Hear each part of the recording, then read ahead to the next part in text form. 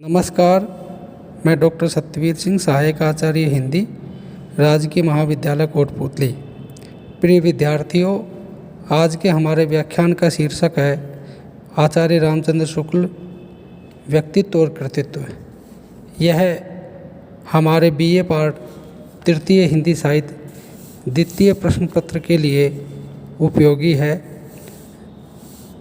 BA पाठ तृतीय द्वितीय प्रश्न पत्र के अंतर्गत हिंदी निबंधों को पाठ्यक्रम में शामिल किया गया है और उसमें एक निबंधकार हैं आचार्य रामचंद्र शुक्ल।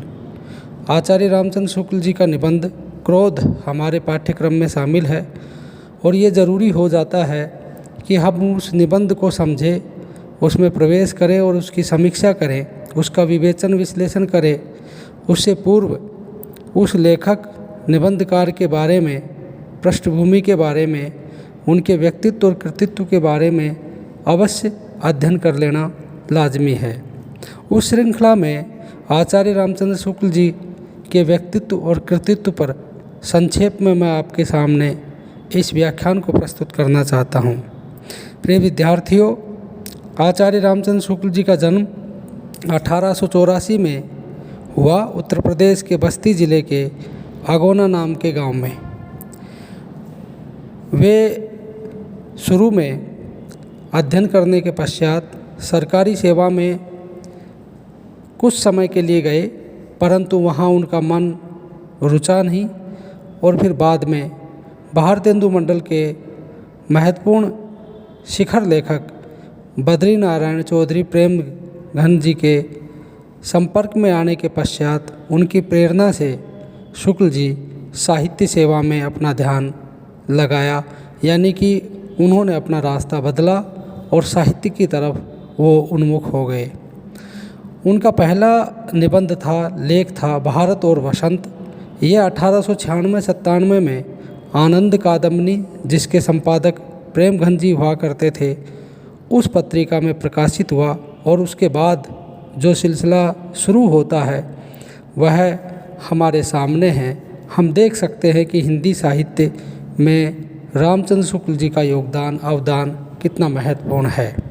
तो बाद में फिर सरस्वती और आदि पत्रिकाओं में वो निरंतर लिखते रहे और छपते रहे। उनका जो योगदान है वो बताना सूर्य को दीपक दिखाने के समान है। 1908 में काशी नागरी प्रचारणी सभा के आमंत्रण पर उन्होंने हिंदी शब्द सागर का संपादन किया। हिंदी शब्द सागर की भूमिका उनका एक इतिहास ग्रंथ था जो 1928 में छपा और बाद में वही आगे चलकर हिंदी साहित्य के नाम से प्रसिद्ध हुआ। 1912 में उन्होंने नागरी प्रचारणी पत्रिका का संपादन का भार स्वीकार किया और यहीं पर उन्होंने भाव और मनोविकार नामक निबंध लिखा और प्रकाशित हुआ। 1919 में वे काशी हिंदू विश्वविद्यालय में अध्यापन शुरू करवाया और 1937 तक वो हिंदी के विभाग अध्यक्ष बने रहे। लंबी अस्वस्थता के चलते 2 फरवरी 1941 में हिंदी के शिखर निबंधकार, साहित्यकार और हिंदी साहित्य की एक तरह से वैज्ञानिक दृष्टि देने वाले महत्वपूर्ण लेखक हमारे को सदा के लिए छोड़कर चले गए। आचार्य रामचंद्र शुक्ल जी का योगदान हिंदी निबंध और आलोचना के क्षेत्र में बहुत ही महत्वपूर्ण योगदान है, जिसमें जब भी उनकी हम बात करते हैं तो उनके निबंधों का संग्रह चिंतामणि, जो चिंतामणि के 3 भाग हैं, 1, 2, 3। तो तीसरा भाग उनके मरणोपरांत नामवर सिंह जी के संपादन में उनके निबंधों को संकलित करके प्रकाशित किया गया। 2 भाग उनके जीवित रहते हुए हमारे सामने आ गए थे। उन्होंने भाव और मनोविकारों को लेकर और साहित्य को लेकर बहुत ही महत्वपूर्ण निबंध लिखे। उनके आलोचनात्मक ग्रंथों की यदि बात करें तो उन ग्रंथों में हिंदी साहित्य का इतिहास, जो 1929 में हमारे सामने आया और 1928 में वह ही हिंदी शब्द सागर की भूमिका के नाम से प्रकाशित हुआ। रसमीमांसा, सूरदास, गोस्वामी तुलसीदास और त्रिवेणी ये उनके आलोचनात्मक ग्रंथ है जो बहुत ही महत्वपूर्ण हैं।